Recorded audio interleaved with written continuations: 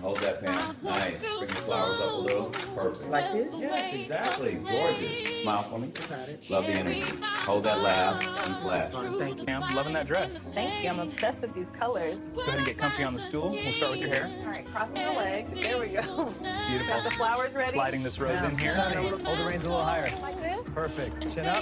Beautiful. That fabric's flying. Love it. Big smile for me. Oh, love it. Eyes to me. Gorgeous. Flash. I kept holding on, singing my song with every star. I found my light.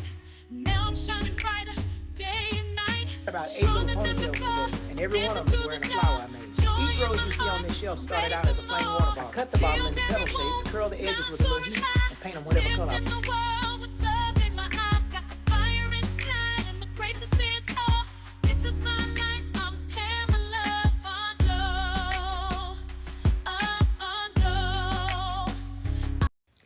What you are witnessing has been an amazing journey of healing for me. I took the time to do what was needed for me because of what I had gone through. I am currently working on my memoir, and I'm hoping to release it before 2026 is over. You are looking at a woman who went through storms. Not just me, but others has gone through storms. But through my storms, I chose to take time to get in touch with me, more of me. That's where healing began, when we realize that we are on a life journey, and that with that life journey, we can take the time to come to know ourselves better. In order to help others, we have to know ourselves better. So I am very proud of what I have accomplished during my healing journey and in helping others. I thank God for giving me the spiritual insight to know how important it was to get inside of me. I hear stories all the time.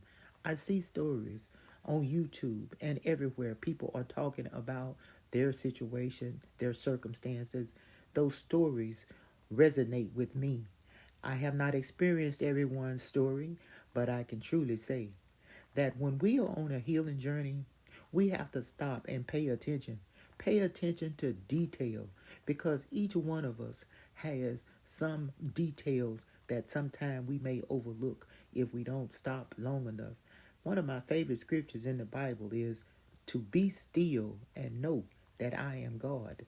Because when we be still long enough, then we know and understand the journey ahead and the journey before us. To understand the history of our downfalls, of our mistakes, things that we could have done differently, and then we began to make those adjustments. My sons were my priority. My family was my priority, and more so, my legacy. I built a legacy and foundation based on the beginning of my journey until the end. So that's why it was so important for me as a citizen, as a human, as a sister, as a mother, as a grandmother, to get in touch with me. And that's what I chose to do. Regardless of what opinions others had about me, it is not about the world's opinions of us. It is about what we believe and how we want to be consistent with what we believe, and be truthful and honest and stand firm in our beliefs. So stop being swayed by the world, because you can be misled if you don't be still and know that God is God. That is a favorite scripture of mine, probably will always be, because I truly believe in being still, meditating and praying and getting to know yourself better. I was always an artist. I didn't become someone new. I became more of who I was intended to be from the very beginning. So it doesn't matter the journey that we've gone through or the journey ahead. What matters is that we focus on the journey and live the life, the fullness of life that God intended. Because he said, I came not that you might have life, but to have it more abundantly. And so I've been able to have the abundance of life, get inside my talents and my gifts, taking the time to take care of me. I am 65 years old, and I am continuing to grow in grace. When I mean Grow in grace, that means growing in grace, growing in love, to understand love. And that's where we can become perfected in love. Because love is perfection. You may not be perfect, but love is perfect. And that is the type of love that God is saying, be ye perfect in His love, because His love is perfect. That's my message for today. That is my testimony I wanted to say, and just wanted to share this moment with you all, because God is still good. God is still healing. God is still helping people to understand more of themselves. I'm going to say a prayer for you all out there. I hope that you all are keeping your mind right, keeping your spiritual life tight with God, taking the time to meditate, and more so, taking care of you.